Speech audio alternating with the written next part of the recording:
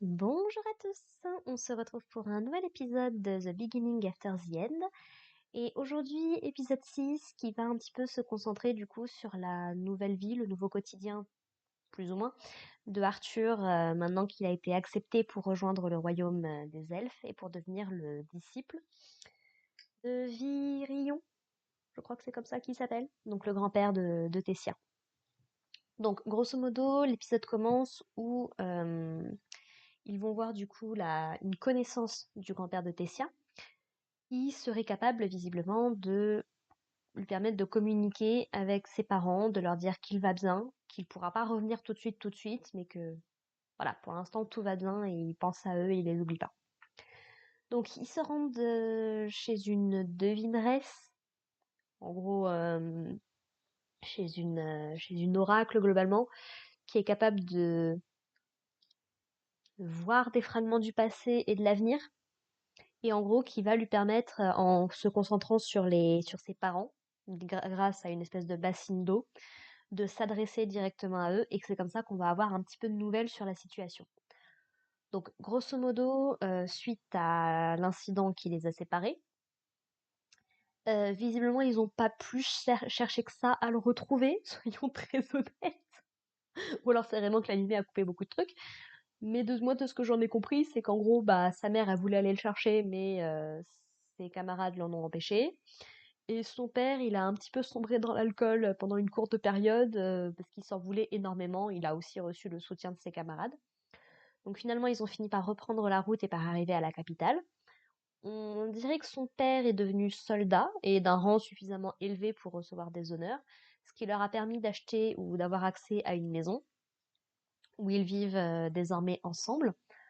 Et on les voit, donc la mère qui est en train de préparer du ragoût, et les parents se souviennent du coup que c'était un des plats que Arthur aimait beaucoup, tout comme son père, que c'est d'ailleurs le jour de son anniversaire, et que malheureusement il n'est pas là. Et en fait, on comprend vraiment que pour eux, il est mort en fait, quoi. Ils s'en veulent énormément.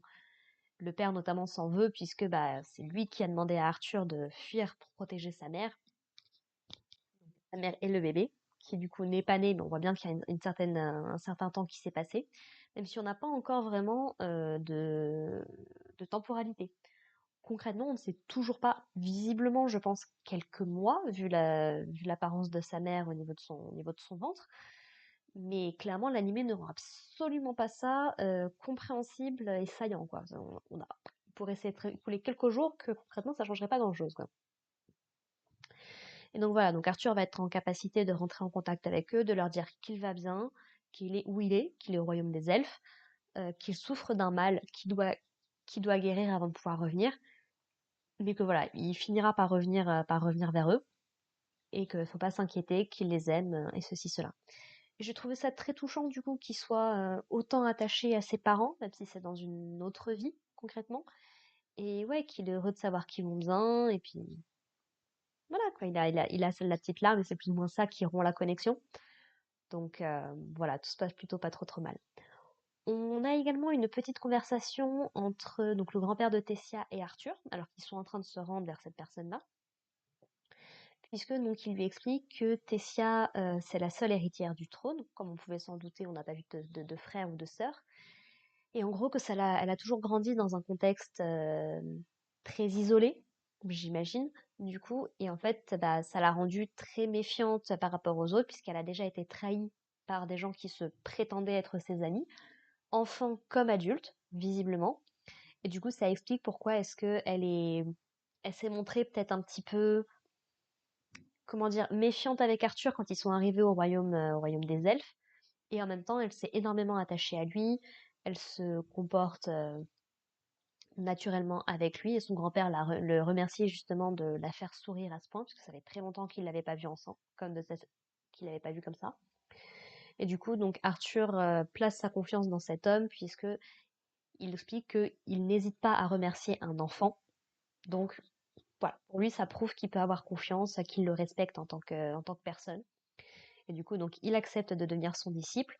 Bon, c'est quelque chose avec lequel le père de Tessia a encore un petit peu du mal. Il essaye un petit peu d'argumenter. Mais Arthur comprend assez rapidement, en fait, que le père de Tessia, il est aussi faible avec sa fille qu'il ne l'est avec son père. Donc, J'ai hâte de voir comment est-ce que la relation entre les personnages va évoluer, en espérant que Arthur ne quitte pas le royaume dès l'épisode prochain.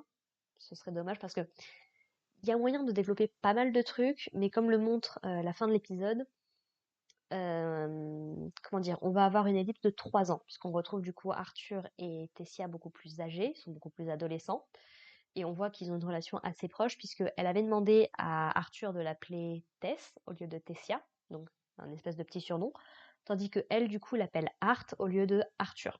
Voilà, donc on voit effectivement qu'ils sont devenus très proches pendant ces 3 ans, et je dois bien avouer qu'une petite romance entre les deux ne me dérangerait pas en soi, puisque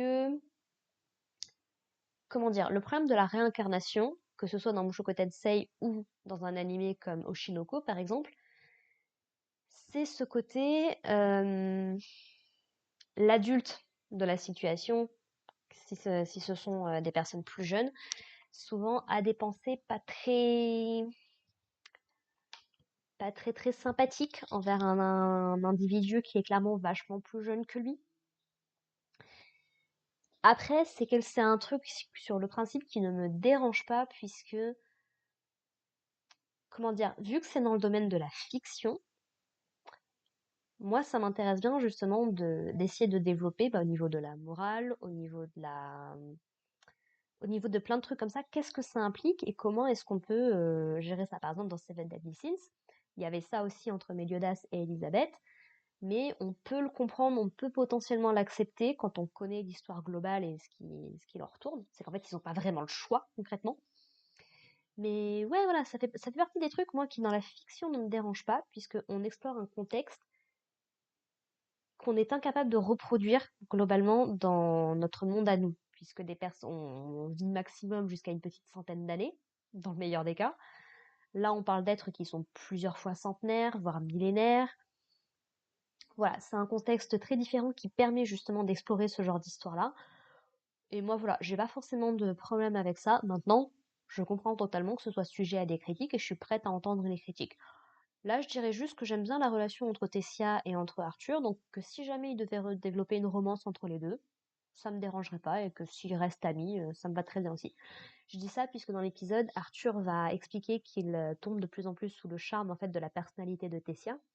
Et encore une fois, il y a ce côté, s'il doit tomber amoureux d'elle, ce sera par rapport à sa personnalité, à qui elle est en tant que personne, et pas nécessairement par rapport à son physique, par exemple. Et même en tant qu'adolescente, Tessia, elle est pas particulièrement sexualisée comme ce qu'on peut voir dans d'autres mangas. Je veux dire, quand on voit les shonen classiques, que ce soit One Piece, Naruto, même Dragon Ball, je peux comprendre que ce soit un peu plus sujet à débat à ce niveau-là.